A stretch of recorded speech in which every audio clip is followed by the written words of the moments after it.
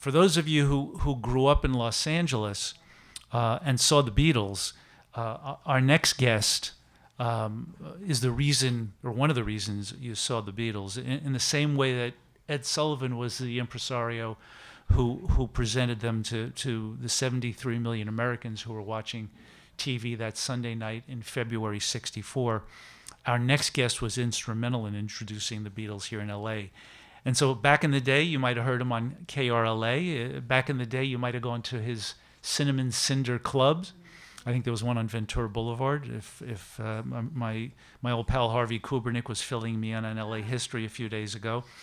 But what brings him to our stage tonight is he is one of the only living people to have not only produced a Beatles concert in America, but perhaps the only one who did it 3 years in a row. So please welcome to McCabe's and to the internet, Mr. Bob Eubanks.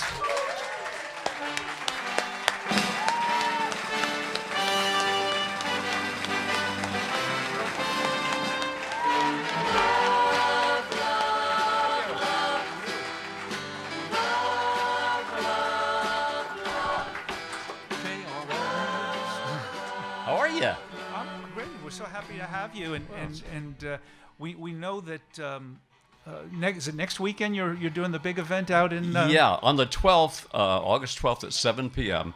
I put together a show called Backstage with the Beatles, and I tell never before heard stories and show seldom seen photos, all that lead up to music. And I have a wonderful tribute band on stage with me, Ticket to Ride. And it's just a great show. And it's a charity show. We're doing it on behalf of DMS 11 Children's Soccer. So it's Sunday, Thousand Oaks Civic Plaza. If you're a Beatle fan, you'll walk away shaking your head going, wow, that was great. So tonight, for those of you watching and those of you here, this is kind of a mini greatest hits of a little preview of what you might see if you come out to Thousand Oaks. Absolutely. So let's go back to the end of 1963 and set the stage for where you were in your career at that moment, what you were doing that made you the guy that when the Beatles came to LA. What happened is I had these nightclubs, these Cinnamon Cinders, your young adult nightclubs with no booze, 18 to 25. And I would buy talent.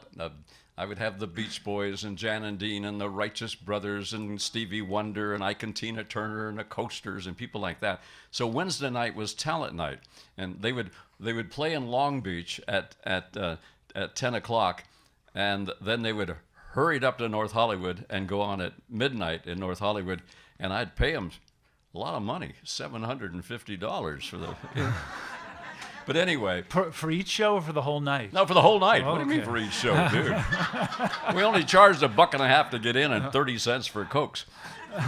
But what happened then, the Beatles did the Ed Sullivan Show. And 70 million people watched.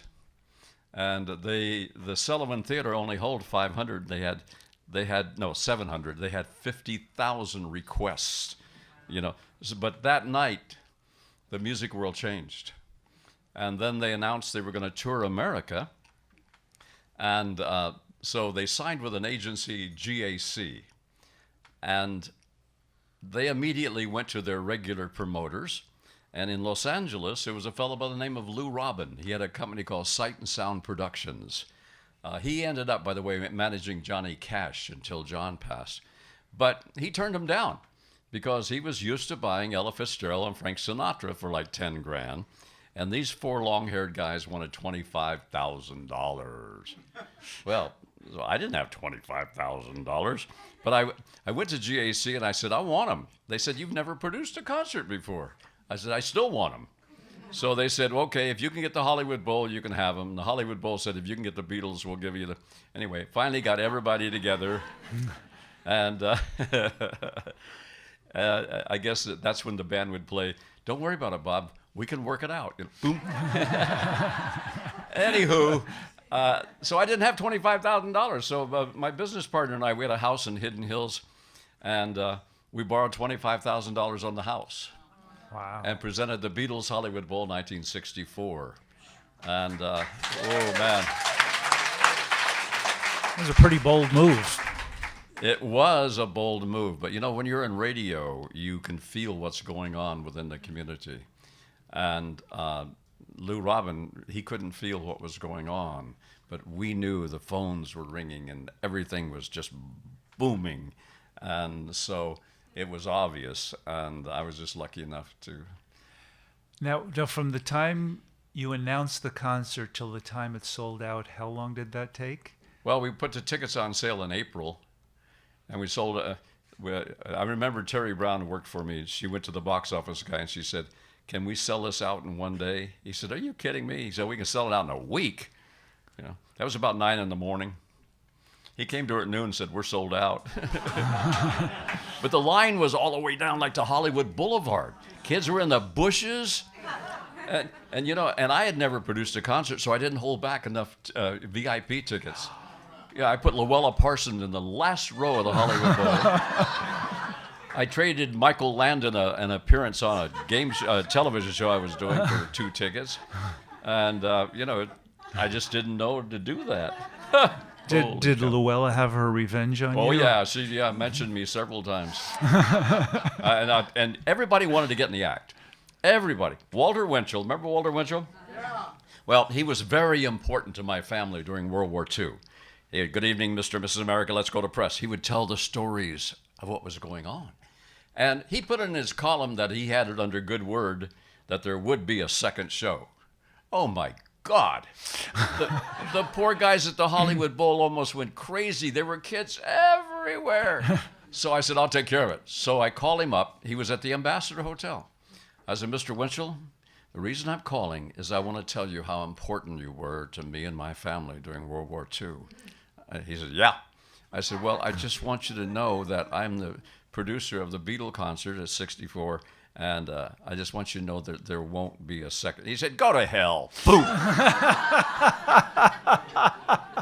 And then Bob Crane on Hogan's Heroes, you know, he was a disc jockey over at KNX. He said, "We have it under good authority that there are some counterfeit tickets." Oh my God. Did the world come to an end then? But everybody wanted to get involved, you see. Who did you turn down that never forgave you? Well, Sinatra got a bunch of them. I mean, he got about 10. I don't think anybody. You found a place for But I'm going to tell everybody. you a story. I wasn't going to tell you this, but I'm going to tell you a story. Before the concert, Debbie Reynolds walks up to us, and she had a security guard with her. And she says, "I love the Beatles. Can I meet the Beatles?" I said, "Well, I'm sure there won't be a problem." So I walk into the dressing room with John, and there he's sitting next to Lauren Bacall. And I said, "John, Debbie Reynolds is out here. She just loves you guys, and she would love to meet you." And he looked at Lauren Bacall, and Lauren went. And he said, "We don't want to meet her." And I said, "But John, she loves you." Music. "She loves you, yeah, yeah." Wow. Oh God. And at the end of the concert, you know, we put it all together. I paid him the $25,000, and that afternoon a busload of marshals comes in, and I said, "What are you guys doing here?" "Well, we're here to protect the hills up there, the houses." I said, "Oh God, I'm so glad." I said, "Who's paying for you?" He said, "You are." So at the end of the concert, after we paid off everybody, I made $4,000. And I swore I'd never do it again. So you had taken out a $25,000 loan. Yep. You paid back the loan, and there was a profit. Paid back everything. And okay. $4,000. Little bit of aggravation for that. Well, yeah. But I got real smart the second and third year. Well, before we get to the second, third year, a question. When the Beatles got here for the first time to Los Angeles, you had a press conference for them? At the Cinnamon Cinder, we had a press conference, and they were amazing. They were so glib. It was almost like they'd written the thing out. And John wanted to meet Jayne Mansfield. But they were wide-eyed and very inquisitive, and they were just wonderful, to get along with. But while they were in town, Jayne Mansfield heard that Paul wanted to meet her. So she went over, and they agreed to meet at the Whiskey A Go-Go, the Beatles and her. But that night, Paul was out with Peggy Lipton, so he didn't get to go out with Jayne Mansfield. Ah, inside gossip on the Beatles. Very cool. Is Jayne Mansfield on the cover of Sgt. Pepper? Yeah. Okay. Heck, you and I are, I think. But no, but it was a very tough time. We tried to get a second show. We sold out in 3.5 hours, and the top price of the ticket was $7. Yeah, McCartney played Dodger Stadium at $250 a couple of years ago. Anyway, it was $7 was the top price. Well, can you tell us just a little bit about each of the guys? Some Yeah, impression. I just want to say we tried to get a second show, and we went to Brian Epstein, and I would have to call Brian Epstein at 11 o'clock in the morning London time. Now that's in the middle of the night for us. Oh, I'm sorry, Mr. Epstein is busy right now. Could you please call back tomorrow? This went on for days. Oh God. So Chris Montez, the Beatles had opened for him in London, and his manager, Jim Lee, knew Brian Epstein. So we bought a ticket for Jim to fly over to see Brian Epstein to get a second show. And Jim calls me up. He said, ain't going to happen. Ain't going to happen. And so they wouldn't do a second show. Now, supposedly they said they were afraid they wouldn't sell it out, but that was baloney. I found out later it's because Capitol Records was having a charity event the next night, and that's why there was no second show. But you brought him back. I brought him back. Paid him $90,000 the second year. Flat. But I got smart. The Beatles made KRLA #1. And so I was making $12,500 a year at KRLA. Yeah. And I was there with the big guys, Dave Hull and Casey Kasem and these guys. So I went to them and I said, how would you like to make it KRLA and Bob Eubanks present the Beatles? And they liked that. So I made a deal, and I made more money than the Beatles did the next 2 years. And you didn't have to put on a Beatle wig or anything. No, like I that. sure didn't. But the writer, when you produce a concert, sometimes the writer costs more money. That's the addition to the This is what they want in the dressing room where they're staying. Oh my God! You know what they wanted? They wanted clean towels, a case of Coke, and then the second year they wanted a TV, and I told them to get their own damn television. Oh God! So the second show is the one that the live album comes from. Yeah. Both of them. They didn't like the recording on the 64, and so that's a compilation of 64 and 65. So they got the tickets. Yeah. Facsimiles of the tickets on the cover. KRLA and Bob Eubanks presents the Beatles. Hollywood Bowl, August 29, 1965. So we're looking at We did 2 nights. I paid him $90,000 flat for 2 nights. I'm gonna tell you, the 90,000 for each night or 90,000? No, 90,000 for 2 nights. Oh. Don't get $7 the top price. GAC really wasn't pricing them right. Well, no, but the concert promoters at that time were not used to paying that kind of money. And Dick Clark and Disney tried to take them away from me the second year. They wanted to put them in the Coliseum. But Epstein didn't want to play any major facilities like that, so we went back to the Hollywood Bowl.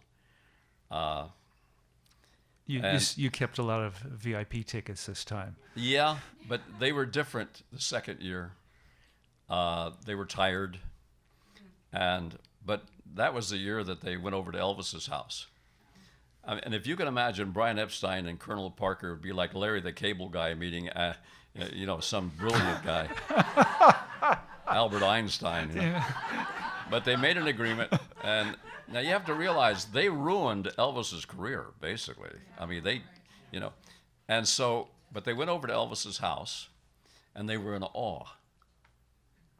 Like, finally, Elvis said, if you guys aren't going to talk to me, I'm going to get up and go to bed. And so they finally got the guitars out and started playing, and Ringo gambled with Colonel Parker, which, by the way, I'll tell you something really interesting. The reason that Elvis never, ever appeared out of the country, Colonel Parker was here illegally. Yeah, he was from the Netherlands, And if he had left the country, he wouldn't be able to get back in. And Okay, so they yeah. never went out of the country. I thought that was fascinating. Yeah, I've read that he was wanted for murder in the Netherlands. I don't know about that. Well, he killed Elvis's career, sir. Yeah, he did that, yeah. But then they invited Elvis to come on over to the concert, and he didn't want to do that. But here again, they were. We had the press conference at Capitol Records that year, and they were awarded the gold album of Help, and they walked away and left them. Yep. Anyway. So success had become so blasé at that point. Well, and I'll tell you about the gold album. I got two, and another guy got two. If you take the gold album and you open it up and put it on it's a classical music opera. They didn't even use Beatles albums for the gold record, for God's sake. you still have them? No. Oh, okay. No, when you're young, you do stupid things like getting rid of things. But I want to tell you, Brian Epstein was a difficult guy, and I won't say he was. I think he messed up severely because they had no merchandise. No merchandise. Now, there are acts that play today, and they make more money on the merchandise than they do on their guarantee. So what I've done is that I have put together a one-of-a-kind Beatle poster. I took the LA Times ad that I sold out the show in '65, and I have this one-of-a-kind Beatle poster. I had 1,000 of them made. There'll never be any more. They come with a letter of authenticity, and we have some out in the lobby, and half of the money goes to Our Music Education Coalition. Music Education Coalition, yeah. But Thank you. I will sign them for you, and if you get one, don't sell it because it's going to be worth a lot of money someday. I'm telling you, because it's the only. I see these Beatle posters, these blue things, and there never was any, and so I'm very proud of these, and I'm doing them for charities also. So Thank you. Well, in a few minutes, we're going to be taking an intermission. That'll be your chance to get one of these. So, 1966. You bring the Beatles to Dodger Stadium for the next to last live concert. Next to the last live, yeah. They went from Dodger Stadium to San Francisco, and the San Francisco facility held 50,000, and they only sold 22,000 seats. We could feel it sort of a little bit ebbing. At Dodger Stadium, there were 44,000 seats, and I couldn't sell the center field bleachers. So I put speakers out there, and we gave those seats to the blind children, and they were out there. But they were a band that no longer wanted to be together. They were tired because back then there were no monitors, sound monitors on stage, so they couldn't hear themselves. All they could hear was the screaming. That's all they could hear. And McCartney told me, he said, all we hear is screaming. We feel like we've lost our ability to harmonize. We feel like we've lost our musical ability. And we just want to just play in the studio and keep up that. So John had just made the comment, we're more popular than Jesus Christ. And good God, all over the country, there were people burning Beatle records and all of that. And we finally straightened it out. He didn't mean it that way. What he meant was, at that time, the kids were more interested in them than they were Jesus at that time. And it's a true statement. But doesn't mean it wasn't bad. But, every question that the press asked was that. So that was going on. And so they only played 30 minutes all 3 years. And they always ended with Little Richard's Long Tall Sally. I had found out not too long ago why, and that's because that was one of the first recordings that Paul ever made by himself. And so at Dodger Stadium, we had the stage at second base. And behind the stage we had a tent, and inside the tent I had a Lincoln Continental. Now we brought them in an armored car. And while they were on stage, somebody let the air out of the armored car tires. So the armored car drove down to the 76 gas station. And so when they were done, Long Tall Sally, they jump off, they get in that Lincoln, and they zoom out the center field bleachers, and there's about 5,000 kids waiting. And like an idiot, I'm up here going, the Beatles have left the stadium. And everybody's laughing at me. And I turn around, and here comes the Lincoln Continental that we borrowed. And it's going, chicka-boom, chicka-boom. It had been totally sprung.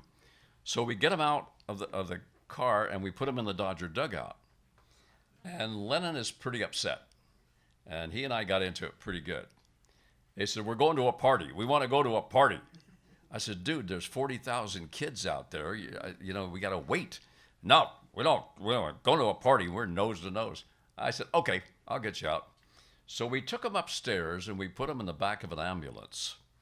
And we covered the ambulance up, covered them up in the ambulance with a blanket. And I told the ambulance driver to go right down through the crowd, go down to the 76 gas station. The guys will get out, put them in the armored car, and they'll drive away. So the guy was pretty nervous. And I said, we'll walk on the peripheral over here. So we got him in there, we got him covered up, and we go right down through the 40,000 kids. And the guy breaks loose from the crowd. He hits the accelerator, he hits a speed bump, and the radiator fell out of the ambulance. Now, here comes the armored car. You needed the Pep Boys. Yep. Now the kids realize what's going on. So we get them out of the ambulance and get them into the armored car, and the armored car is a stack of girls. And I'll never forget this poor security guard. He was so frustrated, had been beaten up. He reached down and grabbed this little girl by the hair, and he pulled, and she was wearing a wig. And I thought he was going to pass out. But then something happened, and I have no explanation at all. I don't know. The Hells Angels showed up. I don't know where they came from, but they came up, and they circled the armored car, and the girls backed off.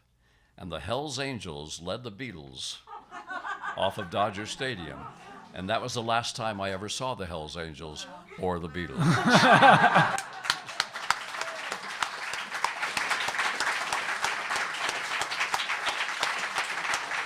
Anyway, I've got a whole bunch of those stories. You got to come to Thousand Oaks on the 12th now. It's 7 p.m. You go to Ticketmaster, and I promise you'll have more fun than you've ever thought you could have if you're a Beatle fan, believe me. Well, Bob, this was really a privilege to hear these amazing stories. Thank you for Thank bringing you. the posters. Oh, it's my pleasure.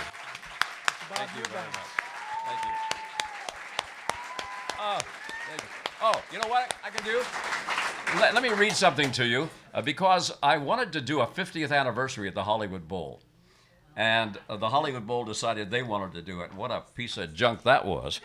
But I sent Paul a note, and I said, would you be willing? And he sent this email. Let me read it to you. Wow. He said, how nice to receive your letter, which contains so much information from both of our pasts. It was interesting to hear the details of the stories that I didn't know about, and very pleasant to recall those heady days of our early trips to Los Angeles. Your offer to make me part of the celebration that you're planning at the Hollywood Bowl is very kind, but at that time, I'll be on a family holiday with my kids. And then it says, it was lovely to hear from you and have a great time at your soiree. If it would help, perhaps someone could read out the following greeting from me. Hey, Beatle fans, I hope you will have a completely fab evening celebrating our first visit to Los Angeles.